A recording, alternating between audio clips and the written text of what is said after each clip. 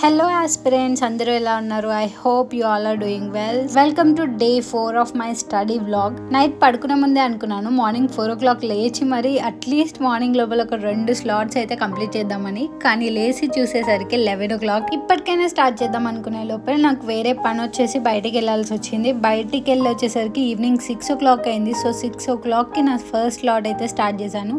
6 to ఒక 12 వరకు at least 6 hours అయితే చదువుకుందాం అనుకున్నాను. తెలంగాణ మూవ్మెంట్ బుక్ పట్టుకునేసరికి నాకు బుక్ చదవగానే ఎందుకు వస్తుందో ఎలా వస్తుందో తెలియదు, కానీ ఫుల్ నిద్ర వచ్చేస్తుంది. ఇలా నిద్ర వస్తే కష్టం అని చెప్పేసి తెలంగాణ మూవ్మెంట్ అయితే మూసేసి పాలిటీ పట్టుకున్నాను. పాలిటీ కొంచెం ఫాస్ట్గా అయిపోతుంది, కొంచెం అర్థం చేసుకుంటే సరిపోతుంది కాబట్టి ఎలాగోలా మేనేజ్ చేసుకుంటూ వెళ్ళిపోయాను. మన జరిగిన గ్రూప్ 2 ఎగ్జామ్స్ అండ్ గ్రూప్ 3 ఎగ్జామ్స్లో మీకు ఫేవరెట్ అంటే ఈ టాపిక్లో బాగా వచ్చాయి, ఈ పేపర్ బాగా వచ్చిందని ఏమన్నా పేపర్ అనిపిస్తే కనుక నాకు మెన్షన్ చేయండి, ఎందుకంటే అన్ని దారుణంగా వచ్చాయి కాబట్టి. అంటే జస్ట్ క్యూరియాసిటీ అనమాట. అంటే నేనే దారుణంగా రాసానా అందరు దారుణంగా రాసానా అని తెలుసుకుంటే కొంచెం మనకి మనశ్శాంతిగా ఉంటుంది కదా. సో ఆల్రెడీ దారుణంగా రాసామని మనకు తెలుసు, అయినా కూడా స్టిల్ కట్ ఆఫ్ ఎంత అని చెప్పేసి అన్ని సెర్చ్ చేసి మరీ చూస్తున్నారు. నేను ఏ వీడియో చూసినా కట్ ఆఫ్ వీడియోకి ఆల్మోస్ట్ అసలు కేఎస్లో వ్యూస్ ఉంటాయి. అసలు ఆల్రెడీ రాయనప్పుడు కట్ ఆఫ్ యూజ్ వేస్ట్, ఎందుకంటే నెక్స్ట్ విఆర్ఓ నోటిఫికేషన్స్ రాబోతున్నాయి కాబట్టి ఐ థింక్ కొంచెం గ్రూప్స్ కంటే విఆర్ఓ కొంచెమైనా డిఫికల్టీ లెవెల్ తక్కువ ఉంటుందని అనుకుంటున్నాను. సో ఫాస్ట్గా మనం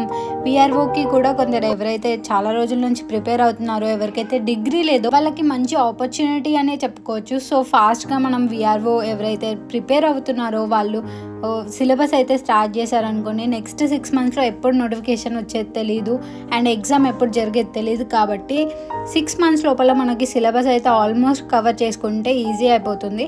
నేను కూడా చిన్న చిన్న టాపిక్స్ అయితే మీకు ఎక్స్ప్లెయిన్ చేస్తాను. ఏదైతే నాకు వచ్చు అని అనిపిస్తుందో ఆ టాపిక్స్ని మీకు డీటెయిల్గా ఎక్స్ప్లెయిన్ చేయడానికి అండ్ సింపుల్ ఎక్స్ప్లెయిన్ చేయడానికి ట్రై చేస్తాను.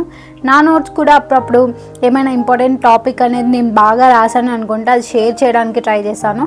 సో ఎవరైతే ఈ ఎగ్జామ్స్కి ప్రిపేర్ అవుతున్నారో వాళ్ళు కామెంట్ చేయండి నాకు.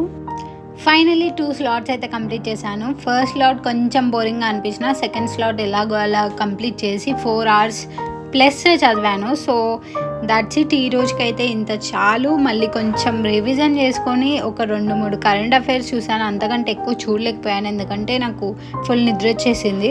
ఇవాళ నేను అంతగా సాటిస్ఫై అవ్వలేదు ఎందుకంటే చాలా తక్కువ చదివాను అనిపించింది. జస్ట్ 2 slots మాత్రమే కంప్లీట్ చేశాను. 4 hours కూడా సరిగ్గా కూర్చోలేదేమో అనిపించింది. అట్లీస్ట్ రేపటి నుంచి అయినా ఒక 3 slots చేసుకుంటే వెళ్ళాను అనుకోండి 4 తొందరలోనే అచీవ్ చేయగలుగుతాను అని అనిపించింది.